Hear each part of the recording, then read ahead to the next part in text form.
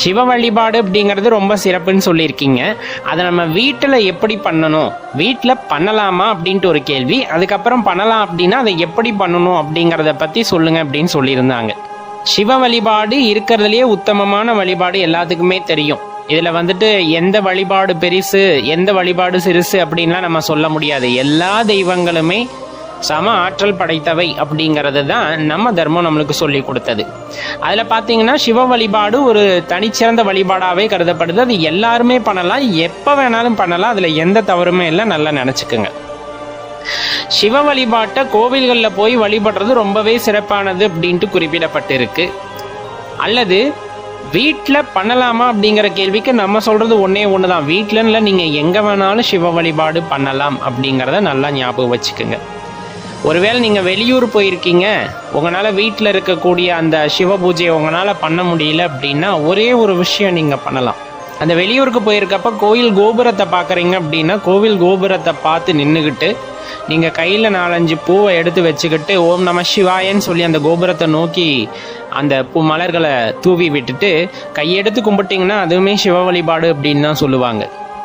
சரி, வீட்டில் கும்பிடலாமா, வீட்டில் வழிபாடு செய்யலாமா? தாராளமாக நீங்கள் சிவ வழிபாடு வீட்டில் பண்ணலாம், அதில் எந்த தவறுமே இல்லை. சிவ வழிபாடு மிகவும் உத்தமமானது அப்படிங்கிறனால எல்லாருமே வீட்டில் பண்ணுறாங்க. சரி, சிவ வழிபாடு பண்ணுறதுக்கு வீட்டில் என்னென்ன தேவை அப்படின்னு பார்த்தா பெரும்பாலும் ஒரு விஷயத்த நல்லா தெரிஞ்சுக்குங்க. சிவ வழிபாடு பண்ணணும்னா சிவலிங்கம் வேணும், சிவனோட ஃபோட்டோ வேணும், அல்லது பெரிய விக்கிரகமாக வச்சுருக்கணும் அப்படிங்கிற எந்த தேவையுமே முதல்ல கிடையாது. எதுவும் அற்ற நிலை அப்படிங்கிறது தான் சிவம். அதை புரிஞ்சுக்கிறதுக்குள்ளேயே மனிதனோட ஆயுள் அப்படிங்கிறது முடிஞ்சு போயிடுது.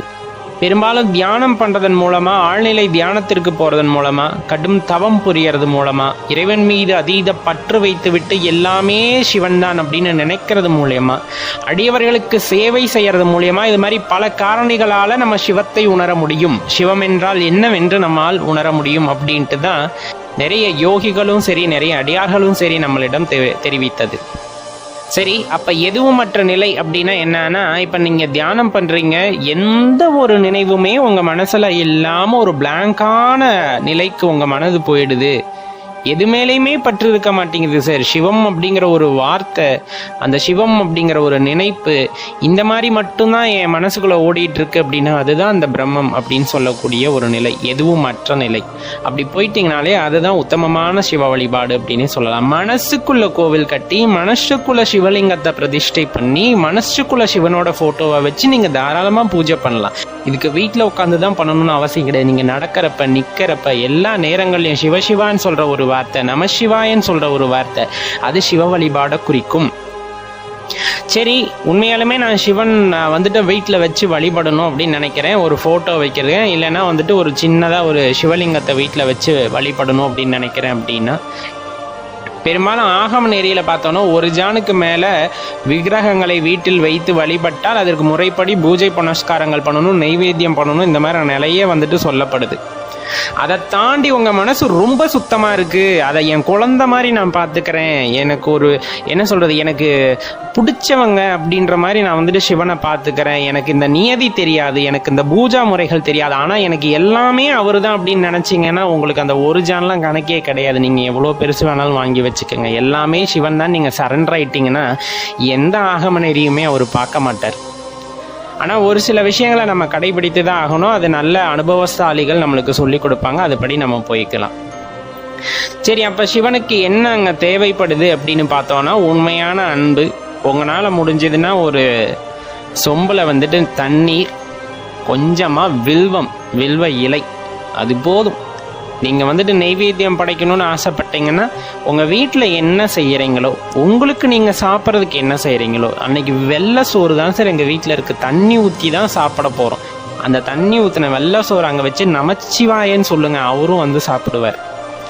அதே போல் எங்கள் வீட்டில் வேறு எதுவுமே இல்லை சார், வெறும் பழம் மட்டும்தான் எங்கள் வீட்டில் அன்னைக்கு இருக்குது, வைக்கலாமா? தாராளமாக வச்சு நமச்சிவாய் அப்படிங்கிற மந்திரத்தை சொல்லுங்கள், அதை தாராளமாக அதை நெய்வேத்தியமாக ஈஸ்வரன் எடுத்துப்பார்.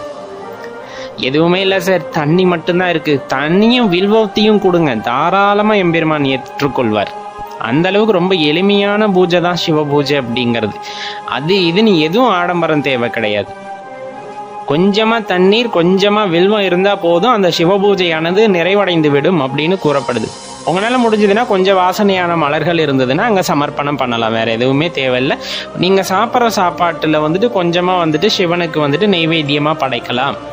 இது எல்லாம் உண்மையான அன்போடு சேர்ந்து செஞ்சோம் அப்படின்னா கட்டாயம் சிவபெருமான் ஏற்றுக்கொள்வார். இதை மட்டும் நல்லா மனசில் வச்சுக்கோங்க, வேறு எதுவுமே தேவையில்லை.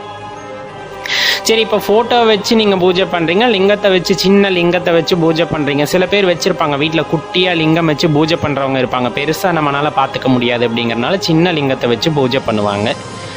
அவங்கெல்லாம் என்ன பண்ணலாம் அப்படின்னு பார்த்தா, தினமும் வந்து மலர்களால் அலங்கரித்து, இது ஃபோட்டோ இருந்ததுன்னா மலர்களால் அலங்கரித்து, அதுக்கு தூப தீபமெல்லாம் தினமும் காலையில் காமிச்சு, அதே போல் வந்துட்டு கொஞ்சமாக நெய்வேத்தியம் படைச்சு பழகுங்க, ஒன்றும் தப்பு கிடையாது. உலகத்துக்கே படையலுக்கின்ற பெருமானுக்கு நம்மால் இயன்றதை நெய்வேத்தியமாக படைக்கிறோம், வேறு எதுவும் கிடையாது. இப்படி வந்துட்டு உங்கள் வீட்டில் சமையல் செய்கிறீங்க, அல்லது வீட்டில் பழம் இருக்குது, கல்கண்டு இருக்குது, இந்த மாதிரி ஏதாச்சும் ஒன்று இருந்ததுன்னா அங்கே நெய்வேத்தியமாக படைச்சு சாமிக்கு பூஜை பண்ணுங்க. அதே போல் வந்துட்டு குட்டி சிவலிங்கத்தை வச்சுருக்கீங்களா, அதே மாதிரி தினமும் நெய்வேத்தியம் பண்ணுங்க. பண்ணி வந்துட்டு அங்கே கொஞ்சம் சொம்பில் தண்ணி வச்சு நெய்வேத்தியம் பண்ணி பழகுனீங்க அப்படின்னா அது போதும். சரி, இது 3 நேரத்துக்கும் பண்ணணுமா? நீங்கள் வீட்டில் இருக்கிறவங்க, நான் வீட்டை விட்டு எங்கேயும் வெளியே போகிறதில்ல அப்படின்னா நீங்கள் 3 நேரமும் தாராளமாக சிவ பூஜையை பண்ணலாம். நான் வேலைக்கு போகிறேன் சார், என்னால் 3 நேரமும் பண்ண முடியாது, ஒரு நேரம் மட்டும் பண்ணலாம், காலையில் எந்திரிச்சு பண்ணலாம். இல்லை நான் வந்து நைட் ஷிஃப்ட் போயிடுவேன், என்னால் காலையில் எந்திரிக்க முடியாது, நீங்கள் சாயந்தர நேரத்தில் பண்ணுங்கள், 6 மணிக்கு பூஜை பண்ணுங்கள். அதெல்லாம் எந்த தவறுமே கிடையாது. சிவபூஜையை பொறுத்தளவு இந்த நேரத்தில் தான் பண்ணணும் அப்படிங்கிற ஆகம நெறிப்படி பண்ணணும்னு நினச்சிங்கன்னா அந்த மாதிரி கால பொழுது இருக்குது, அந்த பூஜைகளை பண்ணலாம்.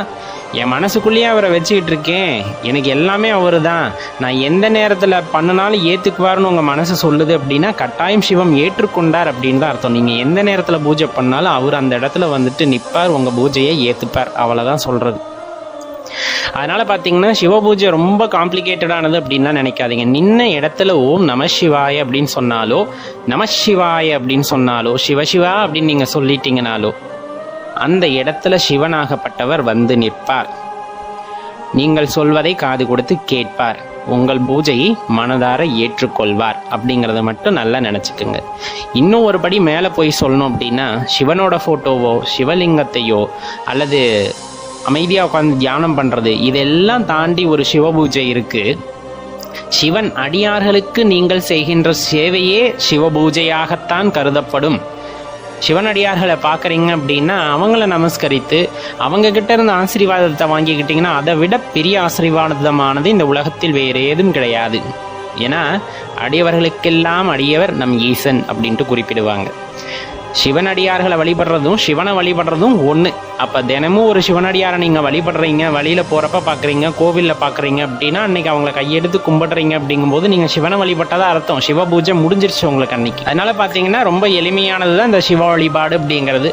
முடிஞ்ச அளவுக்கு உங்களால் பின்பற்றி வர முடியுது அப்படின்னா சிவ வழிபாடை தொடர்ந்து பண்ணுங்கள், ரொம்ப நல்லா இருக்கும்.